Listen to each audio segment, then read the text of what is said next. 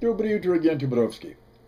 The other day in the mail, I got a little flyer from a local federal credit union regarding the USA Patriot Act. And I've seen these before at dentist's office, doctor's offices, and so forth. I haven't seen them around for a while, but this one being sent the other day, I thought it might be worthwhile to share with some of you folks out there. And it reads as follows on the back. USA Patriot Act. The USA Patriot Act requires credit unions to take extra security precautions to help the government fight the funding of terrorism and money laundering activities. Federal law requires all financial institutions to obtain, verify, and record information that identifies each person who opens an account. These new procedures are designed to prevent crimes such as identity theft and account fraud that terrorists commit to finance their operations against the U.S. and its citizens. Now, how many terrorist organizations will open a bank account directly in their name that you could actually trace is beside the point, of course. Your understanding and cooperation are appreciated. When an account is opened or changed, you will be asked for your name, address, date of birth, and other information that will allow us to identify you. In other words, you're made a suspect regardless of whether you are a terrorist or are on a terrorist watch list or belong to any terrorist organization. We will also ask to see your driver's license or other identifying government-issued documents. The definition of an account covers a broad range of regular financial transactions such as deposit, transaction, asset or credit accounts, or other extension of credit.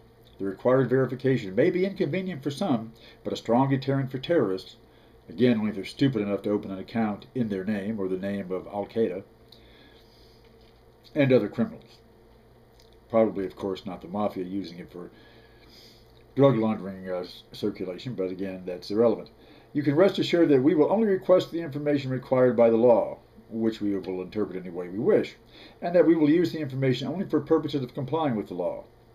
Again, subject to our interpretation. Your privacy is our top concern, which is why we're gathering this surveillance on you, and we will respect and protect it as always, and we know what that means, consistent with the law's requirements.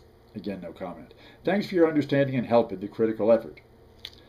As if, of course, that understanding and acquiescence is a matter of assurance. So, this is very clear.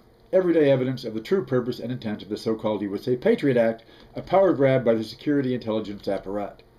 Interesting that as our libertarian comrades fulminate over Obamacare, unions, aggressive minorities, and Social Security entitlements, they have naught to say regarding this coup d'etat except to advocate something completely irrelevant, like privatizing the FBI or Homeland Security, as if that would justify massive surveillance, presumptions of guilt, harassment, and kidnapping.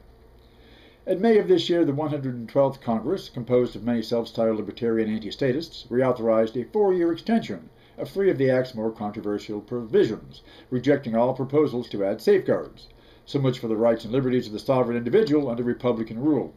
If you ever needed proof of the ideological hypocrisy of these folks, and that their real agenda is to crush the poor and defenseless in society, with the state if necessary, you have it here. These provisions permit the federal American state to obtain roving federal wiretaps without identifying the specific persons or phones being surveilled. They can demand business and library records, even dental and medical records, banking records, as we say, without establishing any reason for belief their target is involved in any criminal or terrorist activity.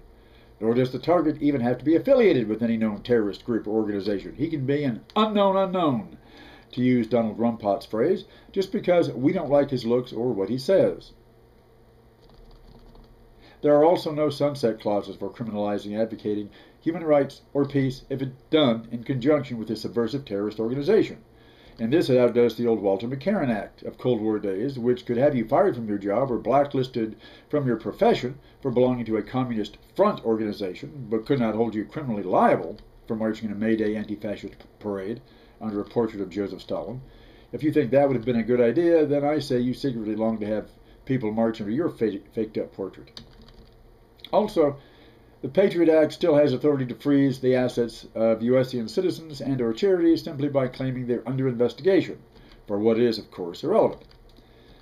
Organizational targets for Homeland Security's anti-patriot activities include Quakers and Greenpeace and PETA, People for the Ethical Treatment of Animals.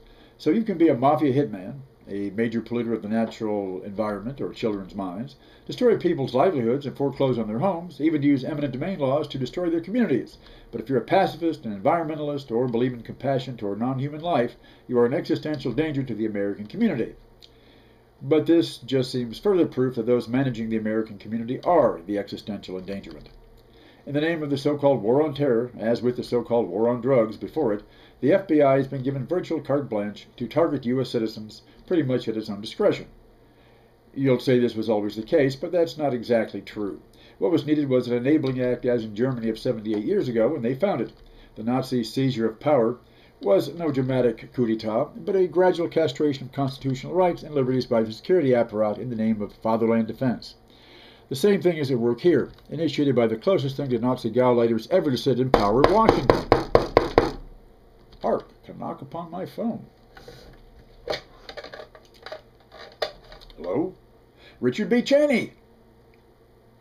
I recognize that voice. You didn't have to say but 3 words. The former Secretary of Defense and Vice President under the shrub. What's that? You think I'm being unfair to the former German Reichschancellor? And that we even went to war on the wrong side? I thought I'd hear that. So what's the problem with the Patriot Act? Nothing if you like being a dick just for the helliburton of it.